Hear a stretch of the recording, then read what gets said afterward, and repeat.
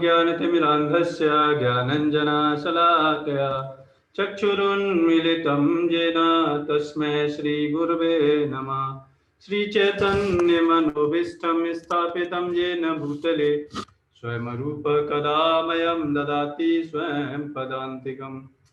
वन्देऽहं श्रीगुरो श्रीयुतापदकमलं श्रीगुरुन् वैष्णवांश्च श्रीरूपं साग्रजातं सहिगण रघुनाथवितं तं सजीवं साद्वैतं सावधूतं परिजनसहितं कृष्णचैतन्यदेवं श्रीराधा कृष्णपादान् सहिगण ललिता श्रीविशाखान्वितांश्च। हे कृष्ण करुणा सिन्धु दीनबन्धो जगत्पते गोपेश गोपिका कांत राधा कांत नमोस्तुते। तप्त कांचन गौरांगी राधे वृंदावनेश्वरी वृषभानुसुते देवी प्रणमामि हरिप्रिये। वाञ्छाकल्पतरुभ्यश्च कृपा सिन्धुभ्येव च पतितानां पावनेभ्यो वैष्णवेभ्यो नमो नमः। जय श्री कृष्ण चैतन्य प्रभु नित्यानंद श्री अद्वैत गदाधर शिवासादि गौरभक्त वृंद।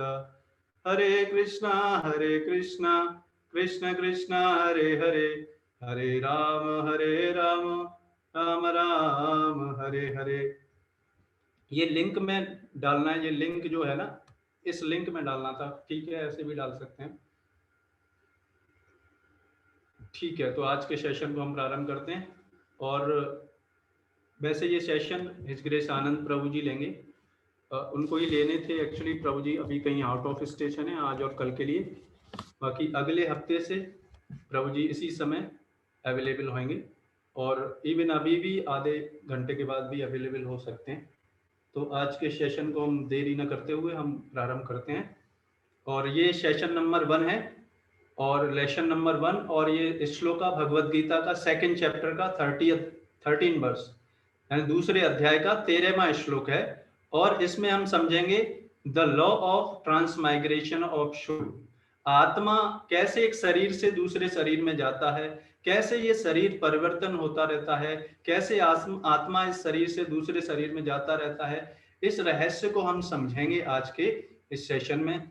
और अगर आप थोड़ा सा भी इन सेशन को ध्यान पूर्वक सुन पाएंगे तो हो सकता है आप में से ही कोई विनर हो सकता है इस भगवत गीता कंटेस्ट 2021 का। और जस्ट आप टेलीग्राम ग्रुप में हमने ऐड कर दिया है। अगर आप अभी तक टेलीग्राम ग्रुप में नहीं भी आ पाए हैं तो आप आज या कल में आ जाएं, तो हम उस ग्रुप में ऐड करते जाएंगे। और उसमें जो भी आपको इंस्ट्रक्शन दी जा रही है बस उनको आप फॉलो कर दीजिए, करते रहिए। जैसे हमने कल वीडियो डाला था उसको आप देख लीजिए, श्लोक डाले वो आप पढ़ लीजिए। और ये सेशंस में हम डिटेल में अच्छी तरीके से हम इनको एक्सप्लेन करेंगे अभी आधे घंटे के अंदर, और वीडियो का भी कुछ कंटेंट इसमें होएगा। ठीक है, ठीक है, तो चलते हैं आगे।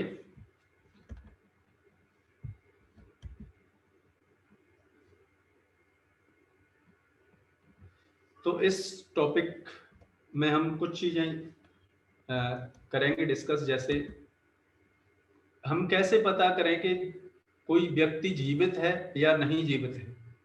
इस संसार में 2 तरीके की चीजें हैं, जीवित और निर्जीव, या बोले तो सजीव या निर्जीव, लिविंग और नॉन लिविंग। तो वो हम जानने का प्रयास करेंगे। दूसरा, किसके आधार पर, वो क्या चीज है जिसके आधार पर हम डिफरेंशिएट कर सकते हैं कि ये जीवित प्राणी और ये जीवित प्राणी नहीं है, और उसका कारण क्या है। ये कुछ चीजें आज के इस सेशन में हम प्रयास करेंगे और समझेंगे कि ये सोल का क्या रहस्य है। ये कौच क्या है, आत्मा ही है, बट उसको समझते हैं। आइए, तो लिविंग सिम्टम्स आप देखते हैं इस संसार में बहुत सारी चीजें हैं। जैसे आप देखेंगे जैसे आपका टेबल है या फिर कंप्यूटर है या फिर मान लो आपका चेयर है या फिर अलमीरा है, इस तरीके की चीजें जो कि फील नहीं कर सकती। तो ये चीजें हम सिम्टम्स आज जानने का प्रयास करेंगे। तो ये कुछ 3 चीजें हैं, आप ध्यान रखिए क्या क्या चीजें हैं। ये 3 चीजें अगर किसी ऑब्जेक्ट में पाई जाती हैं या किसी भी वस्तु में पाई जाती हैं, तो उसको हम जीवन का लक्षण मानेंगे। जैसे आप देखेंगे जीवित प्राणी क्या करते हैं, सोचते हैं, सोच पाते हैं। जैसे मान लो अगर उनको कुछ होएगा तो वो सोचेंगे। और दूसरा, फील कर पाते हैं, महसूस कर पाते हैं। मान लो उनके चोट लग गई तो उनके दर्द होगा, या फिर अगर कुछ अचीव कर लिया तो खुशी महसूस होगी उनको। और मान लो अगर कुछ दुखी हो गए, किसी ने गलत कह दिया, तो उसमें क्या होगा, उनको बुरा महसूस होगा।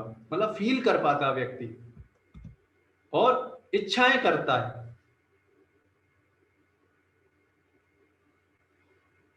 और क्या कर पाता है, इच्छाएं कर पाता है।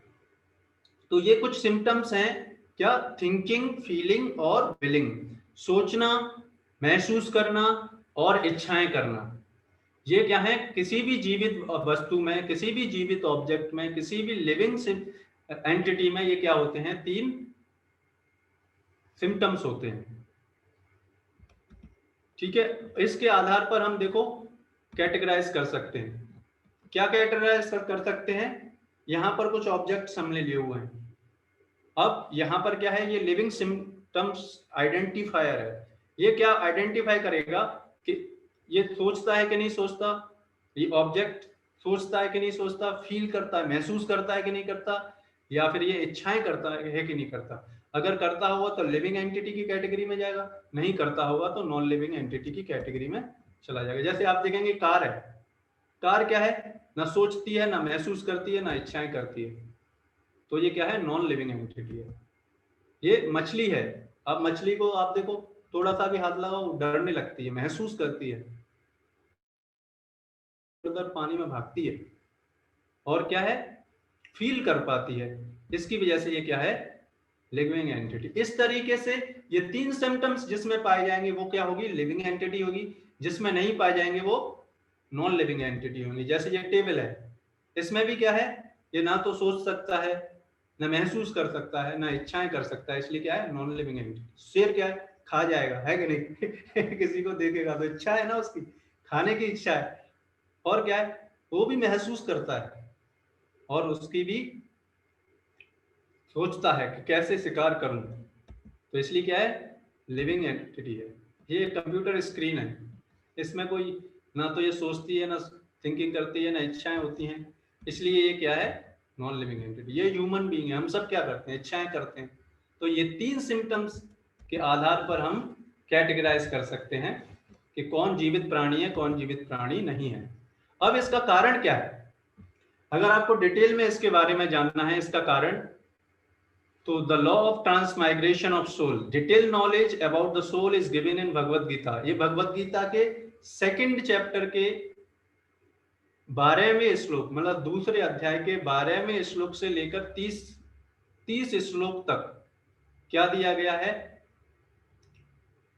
भगवत गीता में इस आत्मा के बारे में बताया गया है डिटेल में। अगर आपको कभी समय मिले तो आप पढ़ सकते हैं, भगवत गीता आप सबके पास है। लेकिन यहां पर हम केवल 2nd चैप्टर का 13 वर्स डिस्कस करेंगे। अब आप देखेंगे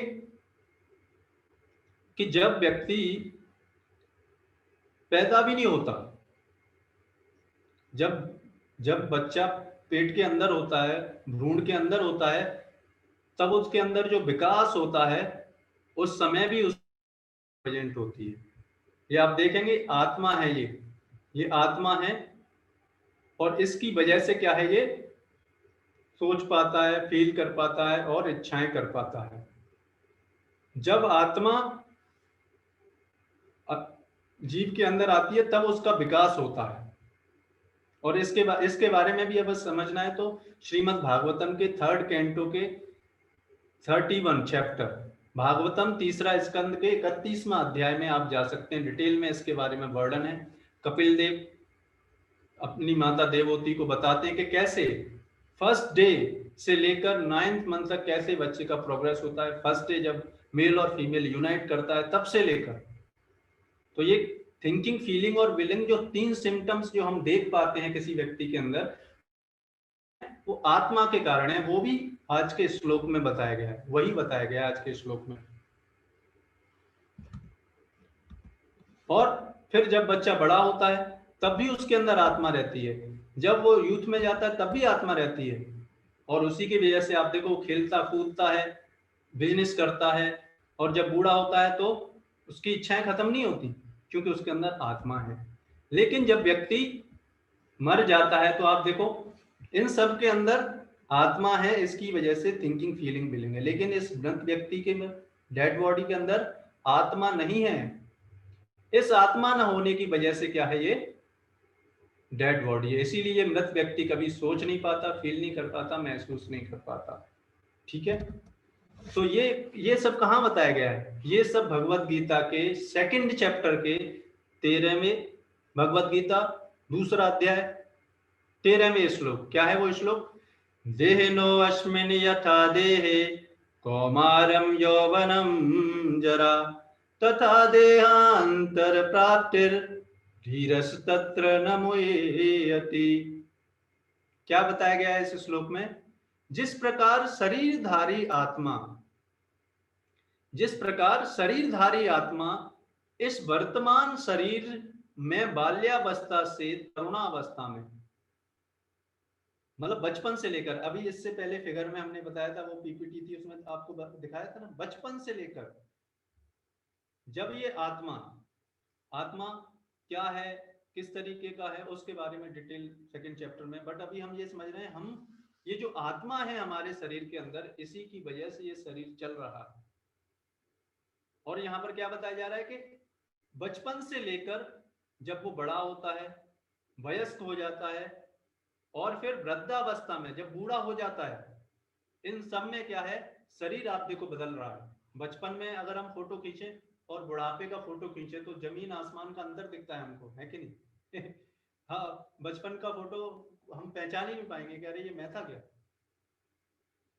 तो इसलिए, लेकिन शरीर बदल रहा है, आत्मा नहीं बदल रहा।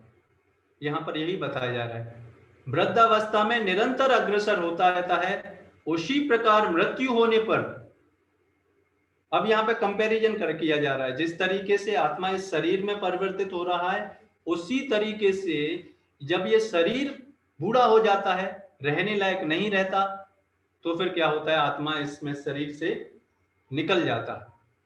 मृत्यु होने पर आत्मा दूसरे शरीर में चला जाता है। धीर व्यक्ति ऐसे परिवर्तन से या मोह से को प्राप्त नहीं होते। अब जो समझदार व्यक्ति है, बुद्धिमान व्यक्ति है, वो क्या है, वो ऐसे परिवर्तन से क्या नहीं होते, मोहित नहीं होते, परेशान नहीं होते, दुखी नहीं होते। जैसे आप देखो, एक मैं बहुत सटीक उदाहरण दूंगा, जैसे मान लो आप कपड़े पहनते हैं, है कि नहीं, सब लोग कपड़े पहनते हैं, और आजकल सर्दी है तो क्या, स्वेटर पहनते हैं या फिर जैकेट पहनते हैं, है कि नहीं? जब आपका ये बाहरी शर्ट या फिर ये आपका स्वेटर फट जाता है तो क्या करते हैं हम, है कि नहीं? मार्केट जाते हैं, नए कपड़े ले आते हैं। उसके लिए रोते हैं क्या हम? उसके लिए हम दुखी होते हैं क्या? नहीं होते। क्या करते हैं, पुराने कपड़े को फेंक देते हैं, नया कपड़ा लाते हैं और उसको पहनते हैं। यही क्या काम हो रहा है, यही आत्मा के साथ हो रहा है।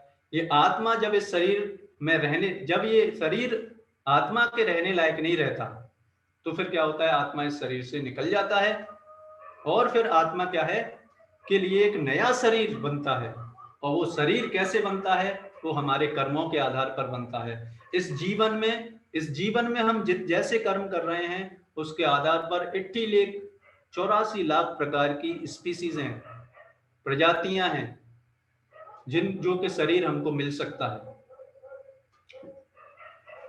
तो ये आज के श्लोक में बताया गया। और परपट में, और आपके जो एग्जाम्स आएंगे वो इस परपट और श्लोक और ये वीडियो का मिक्सचर होगा, तो ये तीनों चीज देखना जरूरी है आपके लिए। प्रत्येक जीव एक व्यष्टि आत्मा है। देखो क्या बताया जा रहा है, हम सब क्या हैं, आत्मा है, शरीर नहीं है। इस शरीर को कौन चला रहा है, ये आत्मा चला रहा है। वह प्रतिक्षण अपना शरीर बदलता रहता है। क्यों ऐसा बताया जा रहा है? क्योंकि इस शरीर का जो सेल है, जो कोशिका है, हर समय बदलती जा रही है। 6 महीने के अंदर हमारा शरीर की सारी कोशिकाएं बदल जाती हैं। इस शरीर की सारी कोशिकाएं परिवर्तित हो जाती हैं, कभी बालक के रूप में, कभी युवा तथा कभी वृद्ध पुरुष के रूप में, तो भी आत्मा वही रहता है, इसमें कोई परिवर्तन नहीं होता। तो परिवर्तन किस में हो रहा है? हमारे शरीर में, और आत्मा में परिवर्तन नहीं हो रहा। यह व्यष्टि आत्मा मृत्यु होने पर अंतोतगता एक शरीर बदलकर दूसरे शरीर में देहांतरण कर जाता है, और चूंकि अगले जन्म में इसको शरीर मिलना अवश्यंभावी है, चाहे वह शरीर आध्यात्मिक हो या भौतिक, अतः अर्जुन के लिए ना तो भीष्म ना ही द्रोण के लिए शोक करने का कोई कारण था, अपितु उसे प्रसन्न होना चाहिए था कि वे पुराने शरीर को बदलकर नए शरीर ग्रहण करेंगे और इस तरह वे नई शक्ति प्राप्त करेंगे। ऐसे शरीर परिवर्तन से जीवन में किए गए कर्म के अनुसार नाना प्रकार के सुखोपभोग या कष्टों का लेखा जो हो जाता है। क्योंकि भीष्म व द्रोण साधु पुरुष थे, इसलिए अगले जन्म में हमें शरीर प्राप्त होंगे, न तो कम से कम उन्हें स्वर्ग के भोग करने से अनुरूप शरीर तो प्राप्त होंगे ही, अतः दोनों ही दशाओं में शोक का कोई कारण नहीं था। तो जब हमारा शरीर ये खत्म होता है तो इसमें शोक की कोई बात नहीं होती, ये यहां पर बताया जा रहा है। और जो बुद्धिमान व्यक्ति आप देखते हैं वो इस परिवर्तन से विचलित नहीं होते, क्योंकि उनको पता है कि आत्मा कभी नष्ट नहीं होता, ना हन्य माने ना हन्य माने शरीर, ये आत्मा का कभी विनाश नहीं होता। जिस मनुष्य को व्यष्टि आत्मा, परमात्मा तथा भौतिक और आध्यात्मिक प्रकृति का पूर्ण ज्ञान होता है वह धीर कहलाता है। ये क्या है? धीर होने की परिभाषा है। धीर व्यक्ति कौन है? The person who is not bewildered by, not agitated by the change of this body. जो व्यक्ति इस शरीर के परिवर्तन से प्रभावित नहीं होता, विचलित नहीं होता, ऐसे व्यक्ति को क्या बोलते हैं? हम धीर बोलते हैं। धीर या बुद्धिमान व्यक्ति बोलते हैं। धीर का मतलब है कि वो विचलित नहीं होता, हर परिस्थिति में समान रहता है, ऐसे व्यक्ति को धीर बोलते हैं। ऐसा मनुष्य कभी भी शरीर परिवर्तन द्वारा ठगा नहीं जाता है कि नहीं? वो शरीर परिवर्तन से उस पर कोई प्रभाव नहीं पड़ता। नहीं तो आप देखो बहुत सारे लोग क्या है, इस शरीर के खत्म होने पर कितना मतलब कुछ सब इतना दुखी हो जाते हैं, क्योंकि उनको ये ज्ञान नहीं है। आत्मा के एकात्मवाद या मायावादी सिद्धांत मान्य नहीं हो सकता। बहुत सारे लोगों का ये कंफ्यूजन होता है कि आत्मा परमात्मा सब एक ही हैं, आत्मा और भगवान एक ही हैं। ऐसा नहीं है। आत्मा भगवान से भिन्न है, लेकिन आत्मा भगवान का अंश है। जैसे गुणों के आधार पर भगवान के समान है, और मात्रा के अनुसार क्वांटिटी के आधार पर भगवान से भिन्न है। भगवान सच चित्त आनंद के बने हुए हैं, हम जबकि हम आत्मा भी सच्चित आनंद का बना हुआ है। लेकिन क्या अंतर है? वो अंतर इतना है कि समुद्र की एक बूंद वो आत्मा की तरह है और पूरा समुद्र भगवान की तरह है। इसलिए क्या है? इसलिए आत्मा भगवान के बराबर नहीं हो सकता। लेकिन जो मायावादी लोग होते हैं जो ऐसा समझते हैं कि हम भगवान बन जाएंगे, ऐसा नहीं है। भगवत गीता में ऐसा कहीं नहीं बताया गया, क्योंकि आत्मा के इस प्रकार विखंडन से परमेश्वर विखंडनीय या परिवर्तनशील हो जाएगा, जो परमात्मा के अपरिवर्तनीय होने के सिद्धांत के विरुद्ध हो। गीता में पुष्टि हुई है कि परमात्मा के खंडों का शाश्वत अस्तित्व है। अब ये आत्मा क्या है? हमेशा एग्जिस्ट करता है। ये आत्मा कभी खत्म नहीं होता। सनातन का मतलब है जिसका ना तो कभी जन्म हुआ है ना कभी मृत्यु होगा। अब हमारा इस संसार में क्या है? हमको एक्सपीरियंस ऐसा है कि हमने हर चीज का जन्म होते हुए देखा है। अब बहुत सी चीजें हमारे जन्म से पहले यहाँ पे एग्जिस्ट करती रहती हैं, उनके बारे में हम पता नहीं लगा सकते, है कि नहीं?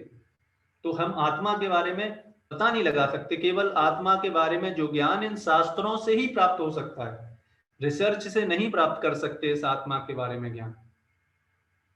क्यों? क्योंकि आत्मा हमेशा एग्जिस्ट करता है। हमारी रिसर्च तो अभी हो रही है, कल और चेंज हो जाएगी, इसलिए रिसर्च से आत्मा के बारे में ज्ञान नहीं मिल सकता, जिससे क्षर कहा जाता है, अर्थात उसमें भौतिक प्रकृति में गिरने की प्रवृत्ति होती है। हाँ, आत्मा की एक क्या प्रवृत्ति है कि आत्मा, देखो भगवान की शक्तियां हैं, एक है अंतरंगा शक्ति, एक है बहिरंगा शक्ति। तो इस भौतिक संसार को जो चलाती है दुर्गा देवी, वो क्या है, भगवान की बहिरंगा शक्ति है, एक्सटर्नल पोटेंसी है। अब आत्मा का क्या है, आत्मा को बोलते हैं मार्जिनल पोटेंसी, या फिर आत्मा को बोलते हैं तटस्थता शक्ति।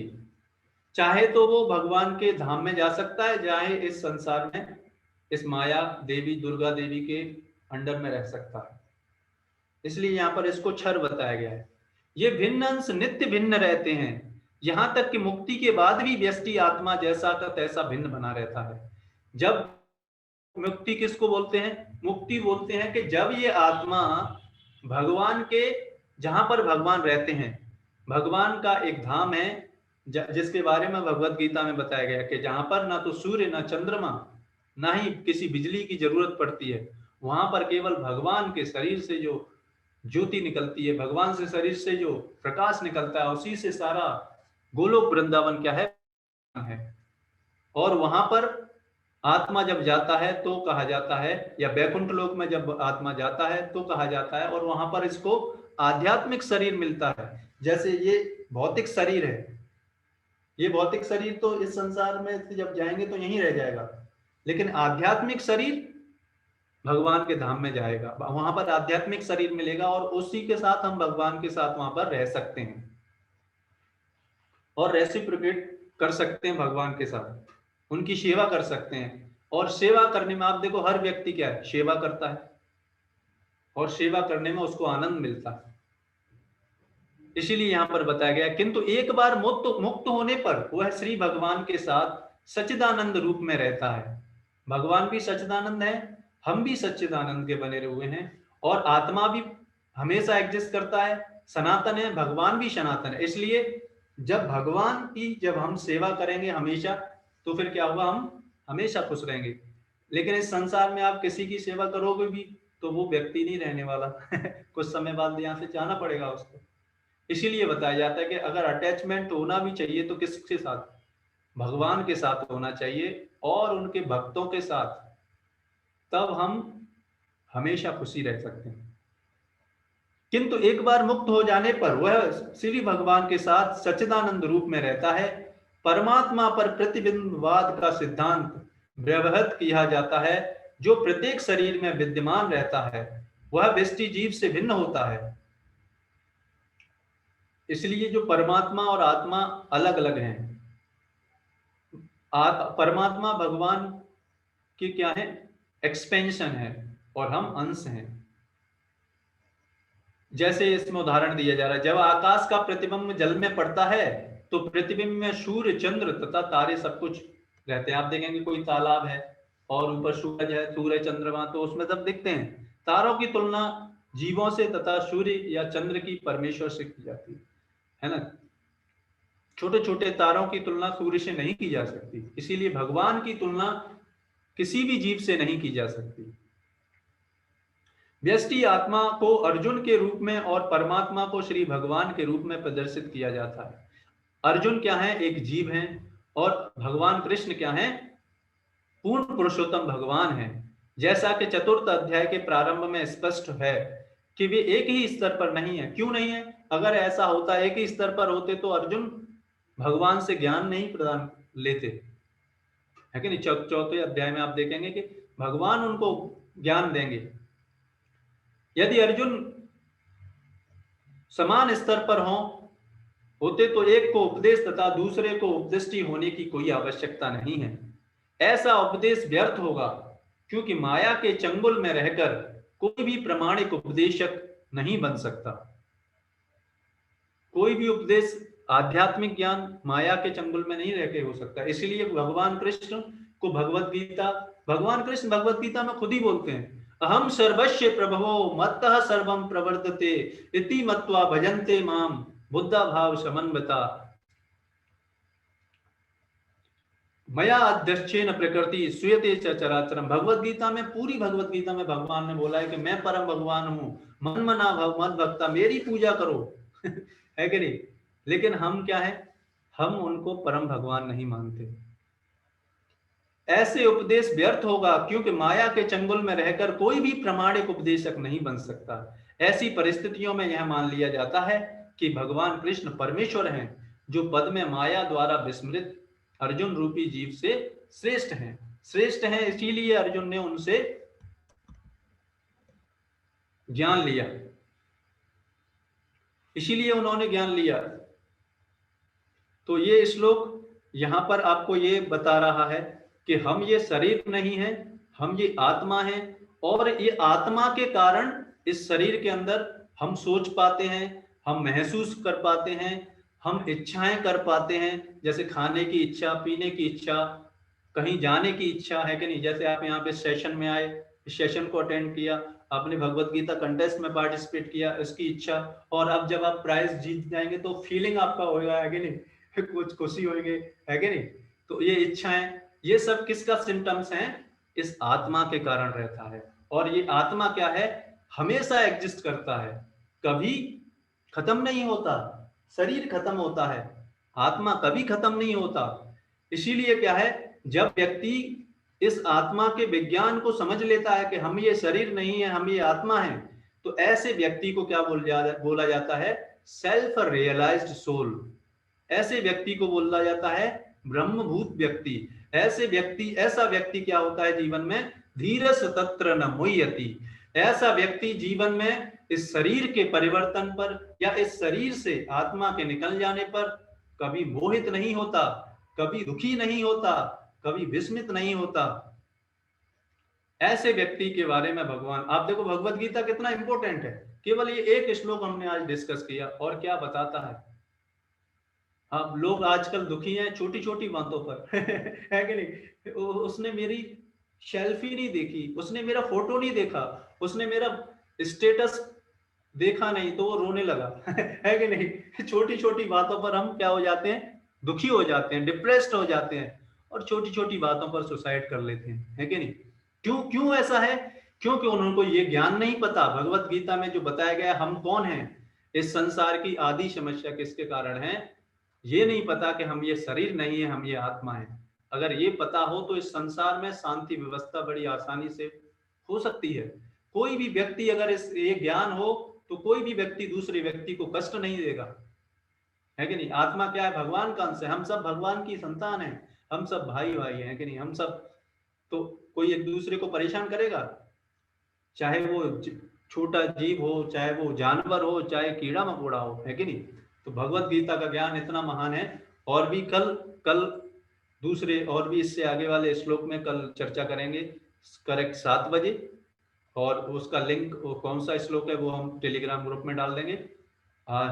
और आप अभी तक जो लोग टेलीग्राम पे नहीं आए हैं वो लोग आ सकते हैं, और उसमें जो भी इंस्ट्रक्शन दी जा रही हैं वो उनको आप फॉलो कर सकते हैं, वीडियो देख सकते हैं, और जैसे जैसे धीरे धीरे करके बताया जा रहा है वैसे वैसे आप कर सकते हैं। और हमने इस चैट बॉक्स में एक लिंक डाला था, और जिन्होंने उस लिंक में आईडी डाल दी है तो ठीक है, नहीं तो मैं दोबारा एक बार और डाल रहा हूँ, उसमें आप फिर दोबारा डाल सकते हैं। जिन लोगों ने जो नए ज्वाइन किए हैं उनके लिए ये गूगल फॉर्म है, इसमें अपनी जो रजिस्ट्रेशन आईडी है, जो रजिस्ट्रेशन आईडी है वो इसमें आप डाल दीजिएगा। और रजिस्ट्रेशन आईडी ही इम्पोर्टेंट है, इसी रजिस्ट्रेशन आईडी से आप सबका एग्जाम, क्विज वगैरह सब में ये हेल्प करेगी आपकी, तो इसको भूले नहीं। इसी के आधार पर ये डिटेक्ट किया जाएगा कि आप कौन हैं, ठीक है? ये यूनिक आईडी है, और किसी और को ना शेयर करें आप, ठीक है? तो आज के सेशन को हम यहीं पर स्टॉप करते हैं। आप सभी भक्तों का बहुत बहुत धन्यवाद।